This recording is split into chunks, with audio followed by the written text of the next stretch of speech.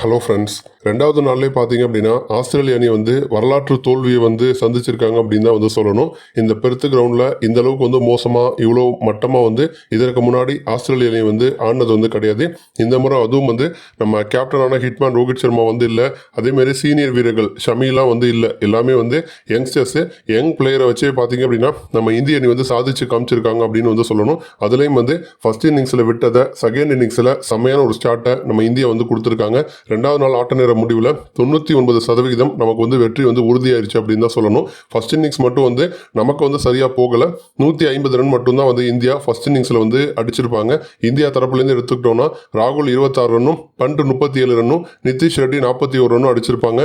கடைசி நேரத்தில் நிதிஷ் ரெட்டி அடித்த அந்த 41 ரன் தான் இந்திய அணிக்கு பெரிதும் கை கொடுத்துச்சு அப்படின்னு சொல்லலாம். ஏன்னா நிதிஷ் ரெட்டி மட்டும் ஒரு ஒற்றை இலக்கத்தில் மற்ற பேட்டர்ஸ் மாதிரி அவுட் ஆயிருந்தார் அப்படின்னா இந்தியா 110 115 ஆல் அவுட் ஆயிருப்பாங்க.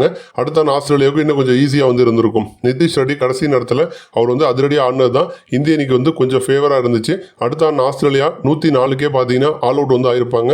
அந்த அணியில் அதிகபட்ச ரன்கள் அடித்ததே மிச்சல் ஸ்டார்க்கு தான். 112 பால் பிடிச்சி 26 ரன் அடிச்சிருப்பாரு. இன்னொன்று சொல்லணும் அப்படின்னா ஆஸ்திரேலியா அணியில் ஒரு 6 கூட அடிக்கல. அதுவே நம்ம இந்தியா தரப்புலேருந்து எடுத்துக்கிட்டோம்னா பண்ட் ஒரு 6 அடிச்சிருப்பாரு, நிதிஷ் ரெட்டி ஒரு 6 அடிச்சிருப்பாரு, கேப்டன் பும்ரா ஒரு 6 அடிச்சிருப்பாரு. ஆனால் ஆஸ்திரேலியா சைட்லேருந்து எடுத்துக்கிட்டோம்னா ஒரு பிளேயர் கூட 6 அடிக்கவே இல்லை. 104க்கு ஆல் அவுட் ஆயிருப்பாங்க. அப்பவே 46 ரன்கள் நம்ம லீட்ல தான் நம்ம இன்னிங்ஸ் ஸ்டார்ட் பண்ணியிருப்போம். அடுத்து ரெண்டாவது இன்னிங்ஸ்ல ஜெய்ஸ்வால் மற்றும் KL ராகுல் இவங்க ரெண்டு பேரும் பார்த்தீங்கன்னா ஆஸ்திரேலியா பவுலர்ஸை வச்சு செஞ்சுட்டாங்க அப்படின்னு சொல்லணும். அதுலேயும் ஜெய்ஸ்வால் பார்த்தீங்க அப்படின்னா செம்மையா ஸ்டார்க்கு வம்புலுக்கிறது, ஸ்டார்க்கு ஒரு பதிலடியாக கொடுத்துருக்காரு. ஏன்னா ஸ்டார்க்கு பேட் பிடிச்சப்ப ஹர்ஷித் ராணா பால் போட்டிருப்பாரு. அந்த சமயம் ஹர்ஷித் ராணாவை கூப்பிட்டு ஸ்டார்க்கு என்ன சொல்லியிருப்பாருன்னா, நான் உன்னை விட ஃபாஸ்ட்டாக பால் போடுவேன் அப்படிங்கிற மாதிரி சொல்லியிருப்பாரு. ராணா தன்னை கலாய்க்கிறாரு அப்படின்னாலுமே கூட KKRல 2 பேரும் ஒன்றா ஆடி இருக்காங்க. அதனால பெருசாக ராணா ஒன்றும் பதில் பேச முடியாமல் அவர் பாட்டுக்கு போயிருப்பாரு. ஆனால் ராணா ஓவரில் தான் ஸ்டார்க்கு அவுட் ஆயிருப்பாரு.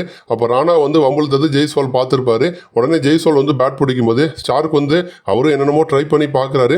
ஒரு விக்கெட்ஸ் பெருசாக விழுகலை. ஆஸ்திரேலியா அணியில் ரெண்டாவது இன்னிங்ஸில் Stark 12 over, Hazlewood 10 over, Cummins 13 over, Nathan Lyon 13 ஓவர்னு என்னென்னமோ பண்ணி பார்க்குறாங்க.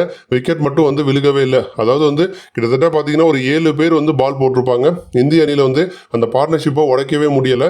ரெண்டாவது நாள் ஆட்ட நேர முடிவில் நம்ம இந்தியா 172 ரன்னுக்கு ஒரு விக்கெட் கூட போகலை. அப்போ ஜெய்ஸ்வால் 90 ரனில் நாட் அவுட்டாக இருக்காரு. ராகுல் 62 ரனில் நாட் அவுட்டாக இருக்காரு. இப்போவே இந்தியா பார்த்தீங்கன்னா 218 ரன்கள் லீடில் இருக்காங்க. கிட்டத்தட்ட நமக்கு வெற்றி உறுதியாயிடுச்சு அப்படின்னு சொல்லலாம். இன்னொரு புறம் ஆஸ்திரேலிய அணி ஃபர்ஸ்ட் இன்னிங்ஸில் இவ்வளோ மோசமாக டோட்டல் அடிச்சதே கிடையாது. இதுக்கு முன்னாடி இவங்களோட ஒஸ்ட் அப்படின்னு பார்க்குறப்ப சவுத் ஆப்பிரிக்காவுக்கு அகைன்ஸ்டாக 85 அடிச்சிருக்காங்க. இங்கிலாந்துக்கு அகைன்ஸ்டாக 98 ஆல் அவுட் ஆயிருப்பாங்க. இது ரெண்டு தான் ஒர்ஸ்ட் ரெக்கார்டு. இப்போ மூணாவதாக பார்த்தீங்கன்னா இந்திய அணிக்கு எதிராக 104 ரன்ல ஆல் அவுட் ஆயிருக்காங்க.